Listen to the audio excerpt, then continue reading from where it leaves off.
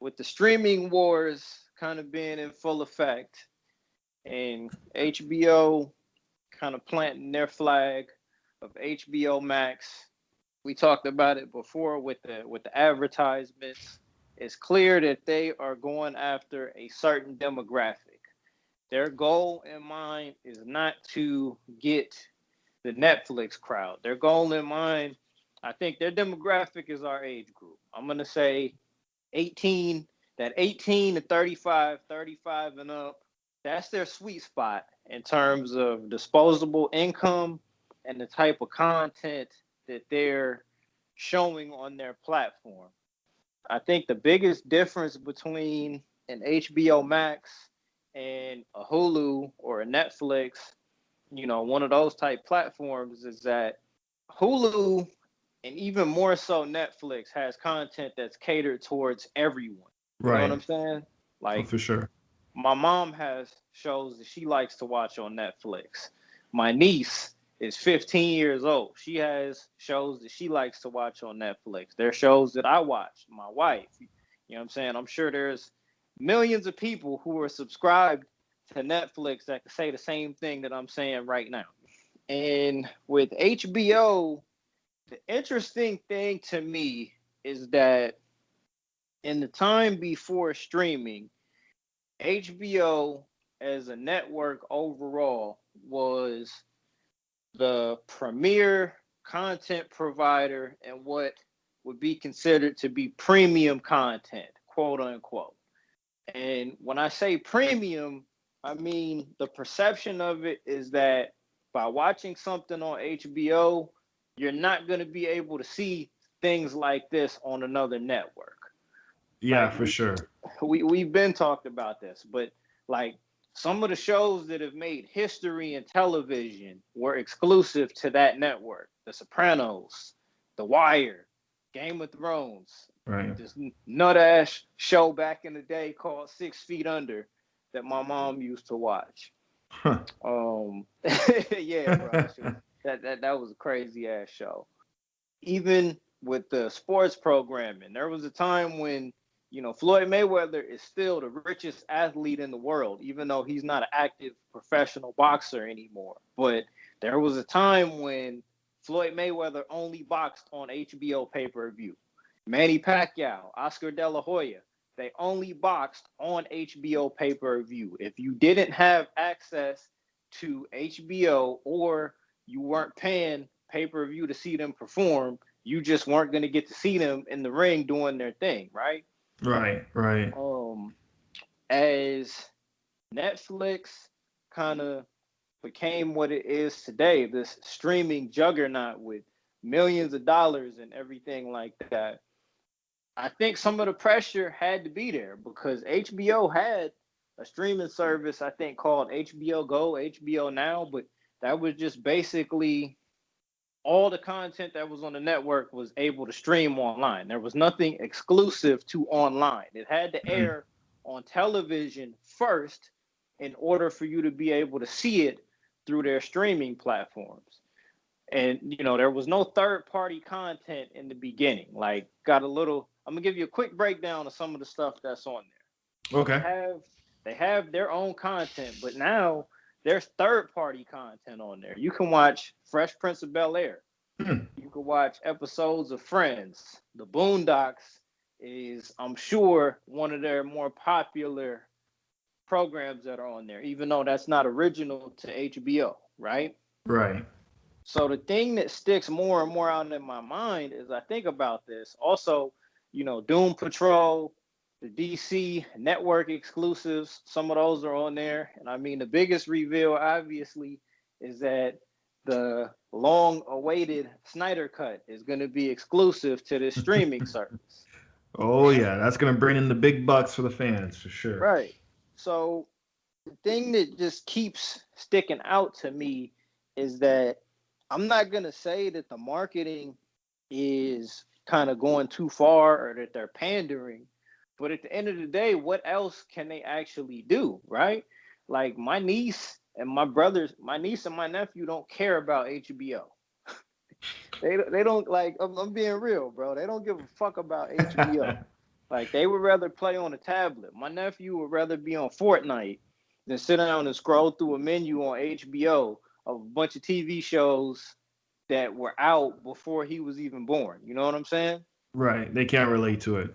Right. Yeah. Like for me and you, it'd be like, oh shit, I can get on here and watch The Fresh Prince of Bel Air. Oh Mm-hmm. damn, let me sit down and see what's going on with the family real quick. And then they even announced that the reunion for Fresh Prince of Bel Air is going to be exclusive to HBO Max. Oh shit, I didn't know that.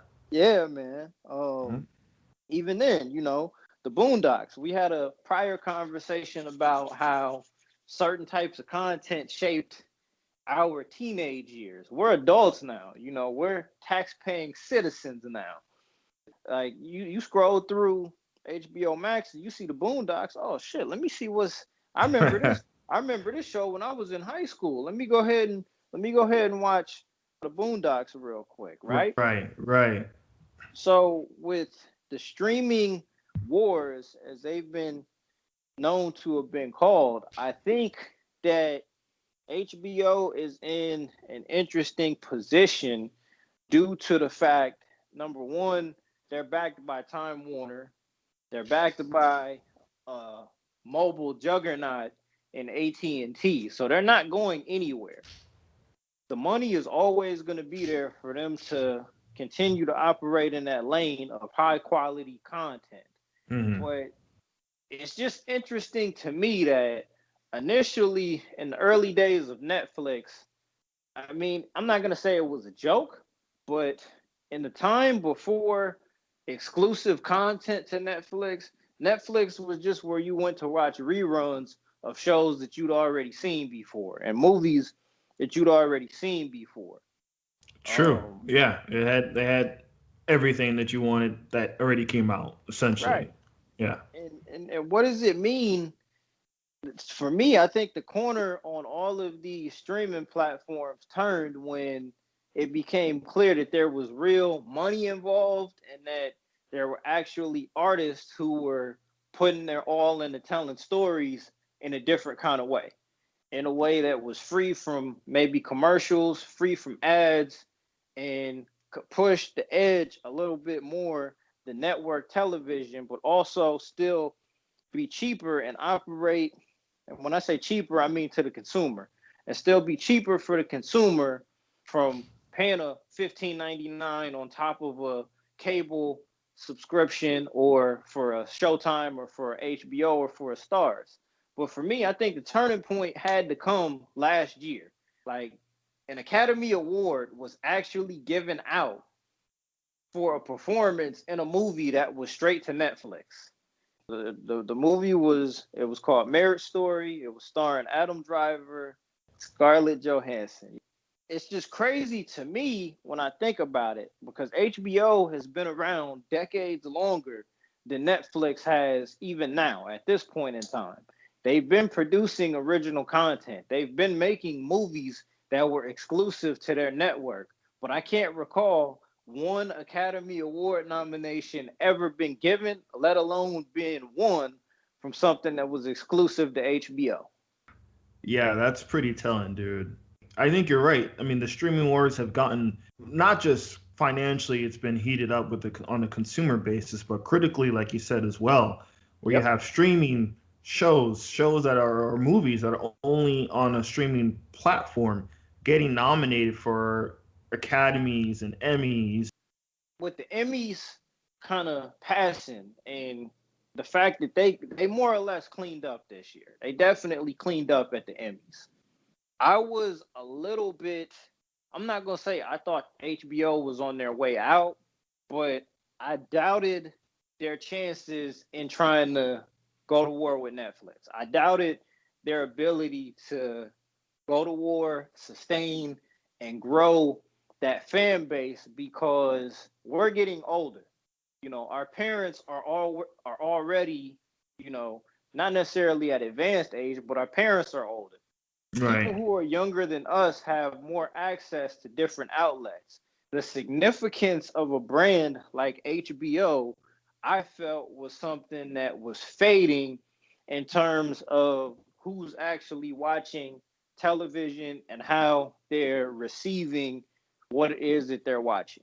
But the flip side to that is there still is something to be gained, I think, by having those three letters attached to whatever content is available, at least in terms of critical acclaim.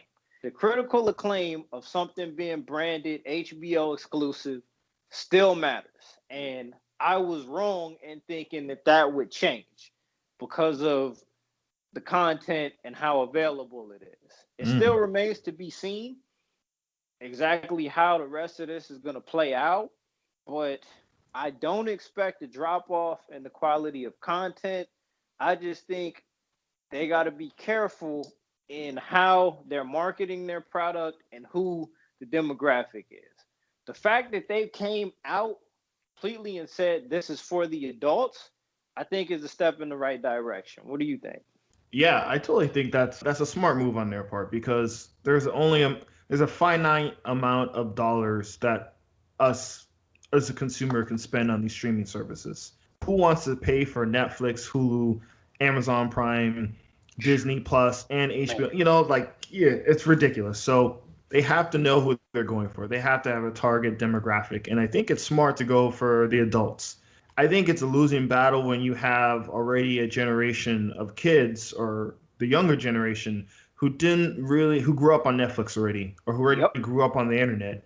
So to appeal to that particular group demographic, it is a losing battle because HBO doesn't have any content or history with them that is relatable to that audience. Well, with us, like you said, oh, Boondocks is on there, oh, word, or even Titans from DC. We that's the stuff we care about, Mm-hmm. and the fact that they're going for adults and they're going for that premium, sophisticated cultural entertainment. Yes. Good word. That's Yes. yeah, yeah. Yes. That's the difference. That is the difference between them and a Hulu and a Netflix and a Disney Plus because HBO has always had, like you said, that premium content, quality branding to them. Because I never had HBO, but I knew when anyone was talking about an HBO show, like, oh man, it's that fancy ass shit that I can't afford to watch. You know what I'm saying? So HBO has always had that high standard of delivering high quality, sophisticated television programming. Where now it's just being transferred to the streaming service, and I think that's a smart move. I mean, even currently, Lovecraft County is basically a critical darling right now Right. amongst Lovecraft Country. Yeah. Lovecraft Country. Thank you. That's gonna probably sweep award season next year, to be honest Right. with you, at its Right. current pace. So, I mean, they have these shows that a lot of people on our age group are talking about. They do have an appeal with us, and I think like a 25 plus up Mm-hmm. disposable income who is looking for something else, who doesn't want to just scroll through the Netflix menu and don't know Right. what to watch.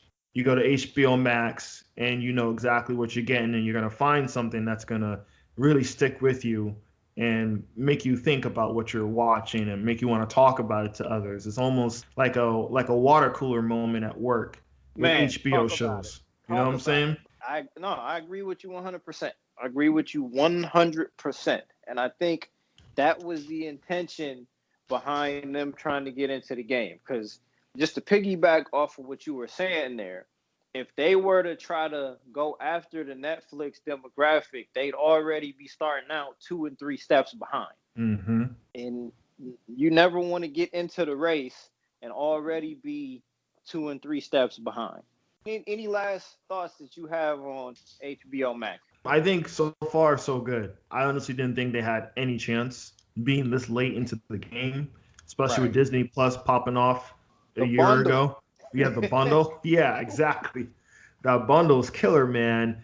I thought honestly that they were too late and they couldn't really offer anything, especially since Game of Thrones season finale was not kind of. It was a negative connotation with fans and the general public. Mm-hmm. It was trendy. It was trendy to hate on it, and it's still trendy to hate on it and diminish the whole series based on the last season. Coming from that, and then having the critical darling of Watchmen, and then having now Lovecraft Country, and then And whatever else oh yeah. shows they got coming out.